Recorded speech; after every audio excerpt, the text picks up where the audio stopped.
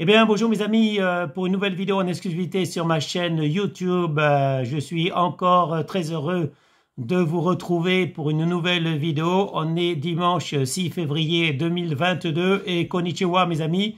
Konnichiwa, pourquoi? Parce que nous allons au Japon pour l'Empire des Sens. Voilà, l'Empire des Sens, konnichiwa. L'Empire des Sens, c'est quoi mes amis? C'est un film. C'est un film de 1973, une drame, une romance. Ça dure 1h42 minutes et c'est ce qu'on appelle la corrida de l'amour. C'est un film franco-japonais réalisé par Nagisa Oshima qui, comme je l'ai dit, est sorti en 1976. C'est interdit aux moins de 16 ans. Alors, konnichiwa, c'est quoi? Non. L'Empire des Sens, plutôt, c'est quoi, mes amis? L'Empire des Sens, c'est quoi? C'est l'histoire de Kishizo et de Sada. Kishizo, c'est le propriétaire d'une auberge qui a des pulsions sexuelles et qu'il a bien du mal à contrôler, notamment envers Sada, sa servante, une ancienne geisha, et ils entament une relation qui va les entraîner dans une escalade érotique sans limite. Ne réfrénant plus ses ardeurs, Kishizo devient violent avec les femmes qu'il fréquente, tandis que Sada s'oublie dans les bras d'autres hommes en pensant à Kishizo.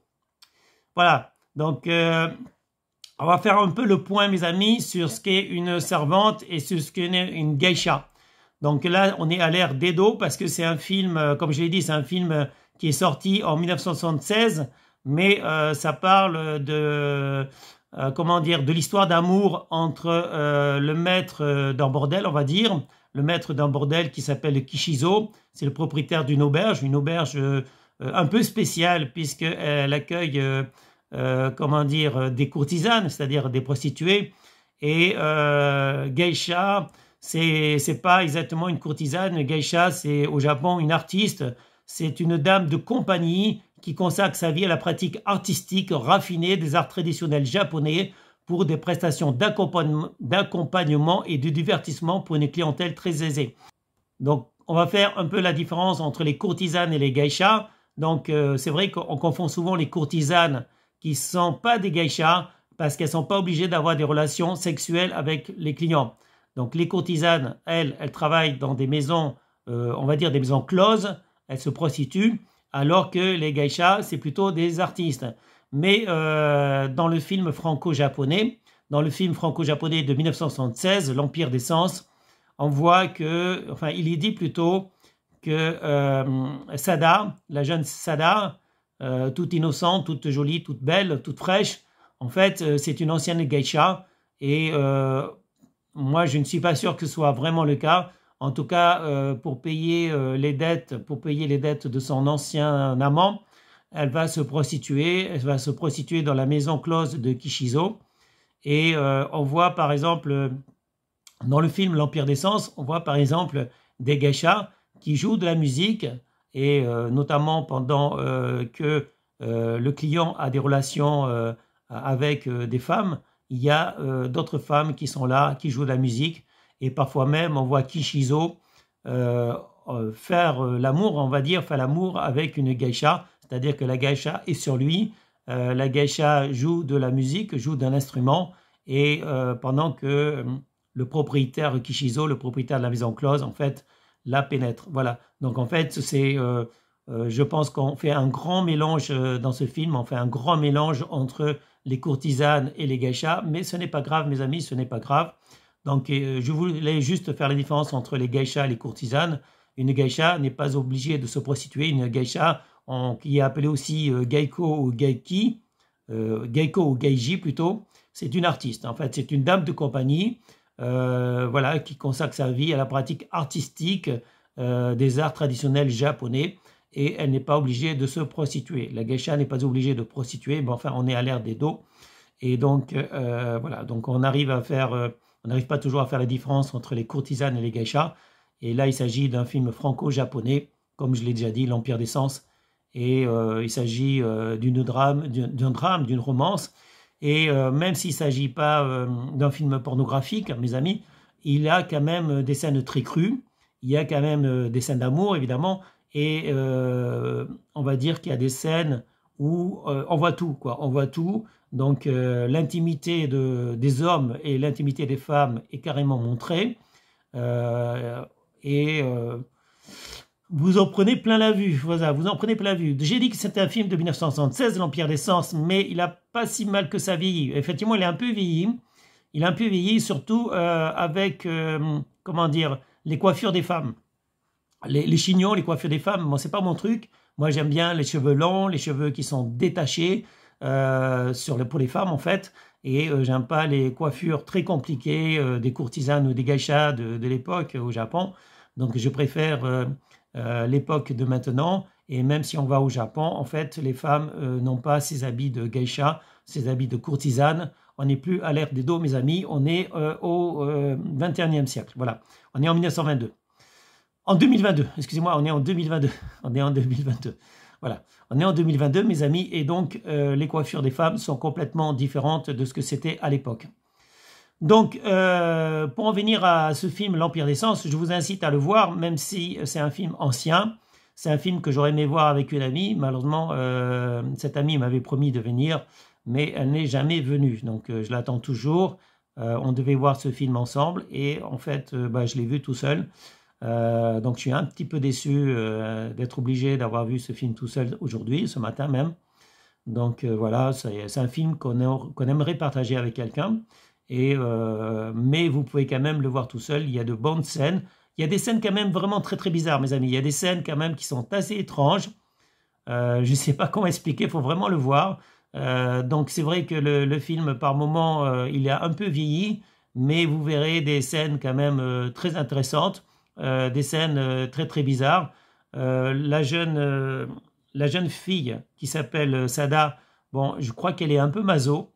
Je crois qu'elle est carrément maso, cette fille. Elle est peut-être nymphomane. Au début, je me suis dit, elle est nymphomane, elle est maso, mais bon, elle est très jolie. Sada, donc, est très jolie. Et voilà, donc, de toute façon, je vais vous mettre quelques images, de façon à ce que vous puissiez voir ça sur la vidéo et que ça vous intéresse à voir l'Empire des Sens. Et voilà, donc, en fait, c'est pas forcément de l'amour, hein, c'est plutôt du sexe, en fait, l'Empire des Sens. C'est la sexualité à l'état brut, ce qui fait tourner le monde. Freud disait que en fait, il y a deux choses qui font tourner le monde, c'est l'argent et le sexe. Et là, il ne s'agit pas d'argent, il s'agit plutôt de sexe. Et on a tous des besoins, de sexe, évidemment, ça, on ne le cache pas, chacun fait ce qu'il veut de son corps, ça je l'ai toujours dit. Et là, on voit effectivement l'Empire des Sens, la sensualité, la sexualité, même la sexualité à l'état brut. Donc c'est un film que vous devez voir. Si vous êtes majeur, évidemment, bon, c'est interdit au moins de 16 ans, mais je pense qu'il vaut mieux être majeur pour voir ce genre de film. Et moi, je vous encourage à le voir. Donc j'espère que cette vidéo sur YouTube ne sera pas bloquée, ne sera pas censurée, parce que effectivement, elle est un peu limite. La vidéo elle-même, le film lui-même était, comme j'ai dit, interdit au moins de 16 ans. Mais je pense qu'il faut être majeur pour le voir. Et il s'agit quand même d'un film culte, un film franco-japonais qui mérite d'être vu. Si vous pouvez le voir à deux, c'est encore mieux.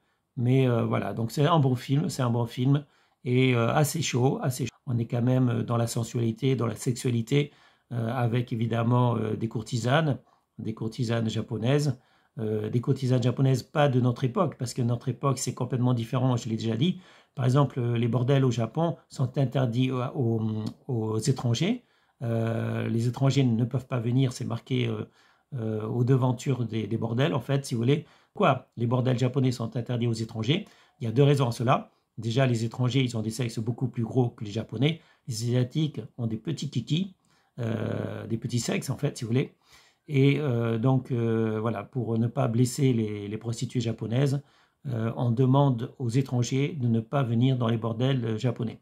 La deuxième raison, c'est quoi? La deuxième raison, c'est que dans les bordels japonais, il y a des réglementations, enfin des règles, en fait, si vous voulez, qui sont affichées dans le bordel, dans les locaux, dans les pièces, dans les établissements.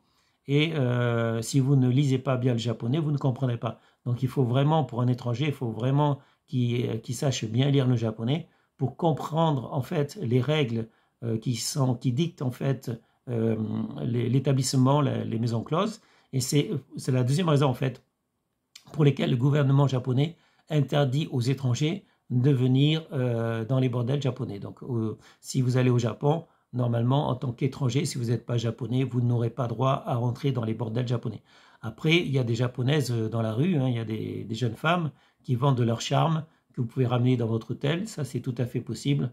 Vous pouvez trouver facilement des jeunes femmes qui sont dans la rue, qui ne savent pas où loger et qui sont bien contents de vous accompagner dans votre hôtel, surtout évidemment en condition que vous lui donnez une certaine somme. Donc ça c'est à négocier avec les filles.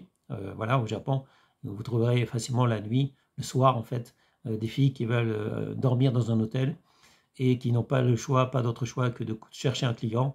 Et en plus, elles ont besoin d'argent pour se nourrir, etc., pour se nourrir, pour se vêtir. Donc ça, c'est la prostitution actuelle au Japon. Mais avec l'Empire des Sens, on n'est pas donc au XXe siècle ou au XXIe siècle, on est à l'ère des dos, à l'ère des courtisanes. Et donc c'est un retour vers le passé, voilà, mes amis, c'est un retour vers le passé. Et c'est intéressant, ça permet d'ouvrir son esprit, de voir ce qui se passait à l'époque. Après, vous pouvez critiquer ou pas, vous pouvez dire ce que vous en pensez. Mais voilà, donc c'est difficile de juger parce que nous, on regarde ça avec nos yeux à nous, nos yeux de notre époque, alors que ça se passait il y a longtemps, il y a déjà quelques siècles dans un autre pays, le Japon. Et voilà, donc c'est très très difficile de juger. Mais voilà, je voulais faire connaître ce film culte parce que l'Empire des Sens, quand même, c'est un film franco-japonais, c'est un film culte avec quand même de très très bonnes scènes. Et bon, ça parle de sexe, c'est un film qui va intéresser quand même pas mal de monde, j'espère. Et donc, je vous conseille de le voir. Et ça sera tout pour aujourd'hui, en ce dimanche donc 6 février 2022, mes amis. Konnichiwa. J'espère que vous êtes tous réveillés et que vous passez une bonne journée parce que moi, je vous souhaite en tout cas un bon dimanche. Et je vous dis à bientôt, mes amis. Ciao, ciao. Bye bye.